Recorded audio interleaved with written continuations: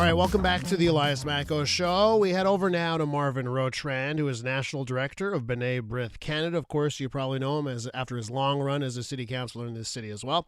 Marvin, welcome back to the show. Yes. Listen, I want to get to Holocaust education in the province, and I know Brith Canada is making a push there. But I do want to start off. I just want to know your reaction to the news that there will be a 4-day pause, and at least 50 women and children that are currently being held hostage in Gaza will be released under this deal. I'd love to know your thoughts on this news. Well, my thoughts are every hostage needs to be released as quickly as possible. This could be over tomorrow if Hamas surrenders. It is a terrorist group. It attacked Israel. It massacred 1,200 people quite brutally. It kidnapped 240 people. It's got to go. This is a stage in a war that can only end with a different political situation. That situation only come about once Hamas either surrenders or is defeated. I have to assume that the Israeli War Cabinet has far more information than we have and understands that this is a step on a road that will eventually free all the hostages and lead to a situation where Israeli citizens will no longer be threatened by missiles fired from Gaza, by terrorists crossing the border and slaughtering children and women and creating atrocities that are just unspeakable. Marvin, I'm going to ask one more question here because I think it actually leads into why you're on this morning.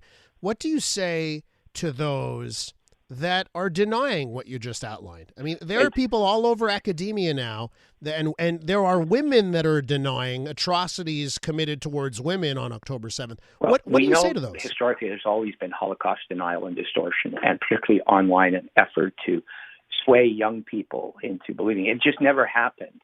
And we're getting the same thing here.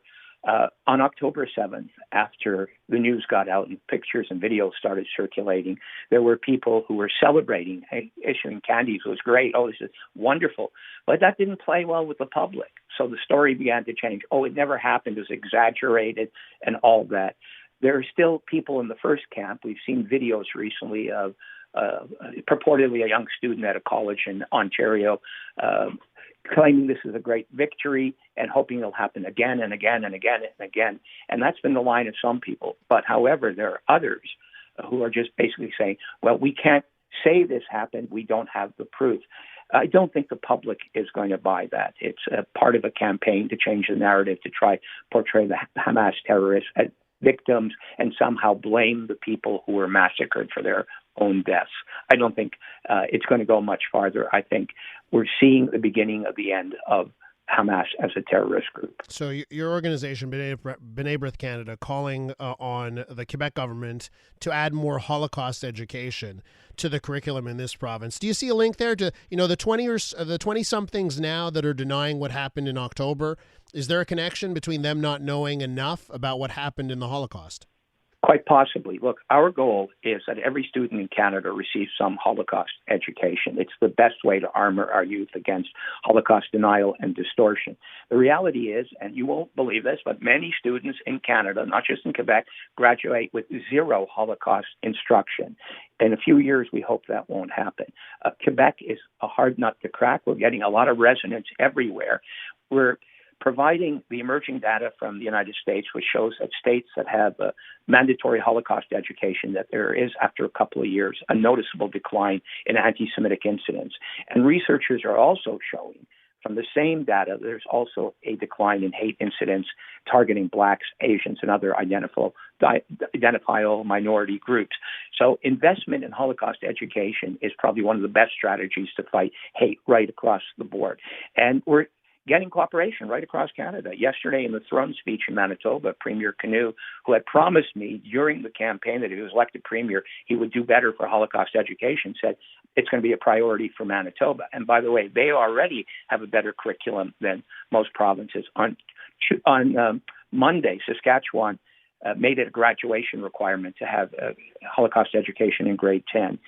In the last month alone, BC plugged a gap in their curriculum where you could graduate without having ever studied the Holocaust. You'll have to take it now in grade 10. Alberta said they're going to teach it in several different years. Ontario, which is the gold standard as far as we're concerned, which as of this September, teaches the Holocaust in grade 6, has said they're also going to teach it in grade 10. It's going to be mandatory. New Brunswick's just set up a Holocaust advisory committee, and today a mobile Holocaust exhibit is opening at the Jewish Historical Museum in St. John, and it's going to tour schools in the province. Nova Scotia has a pretty good curriculum, and they're looking at what they can do more. Where we're not getting traction is with Minister Dranville and Quebec. There is no Holocaust education in elementary school, and what we have in high school is exceedingly weak here. There is some wiggle room for individual teachers to do more, but that doesn't guarantee that every student will get Holocaust education or the same Holocaust education.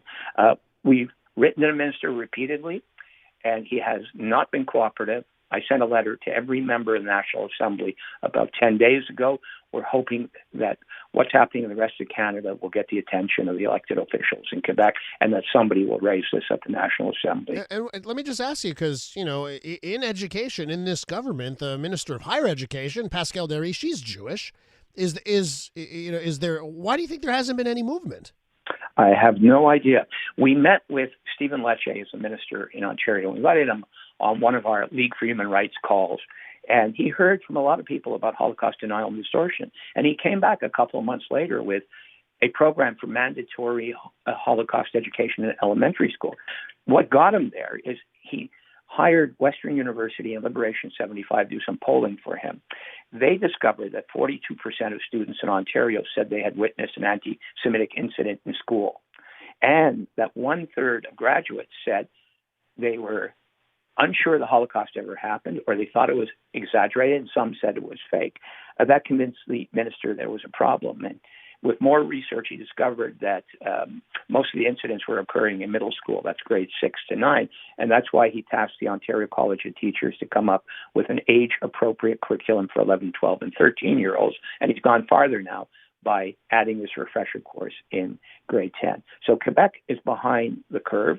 We're behind almost every other province. B'nai Brith is speaking with all the provincial and territorial education ministers. The place we're getting the least resonance is in Quebec, and somebody needs to ask in the National Assembly why that is so. Marvin, I have to wrap up, but I just want to end off on this because I've had people be quite laudatory of this government with how they've handled the last month or so, month and a bit, on other matters, right? So, is it surprising to you? Because I've heard members of the Jewish community on this show give kudos to Premier Legault. Absolutely, and we would do the same thing. The Premier has been very strong. He said right away that, hey, Hamas is a terrorist group, and we're not going to brook anti-Semitism in our institutions in Quebec. When a local imam at a rally used language that seemed to target the entire Jewish community, Prime Minister Trudeau said it was anti-Semitic, and Premier Legault called it out as an incitement towards hate and violence. He was pretty unequivocal. So we're happy with that. We're happy with Legault government's efforts to build trade and economic links with Israel. They've been good there. But inexplicably, we're not getting any engagement from the Ministry of Education, whereas we are in the other 9 provinces. Marvin, we have to leave it there. I want to thank you for hopping on with us this morning. Take care. Thank you, Elias. Have a good day. That's Marvin Rotrand, National Director of B'nai Brith Canada.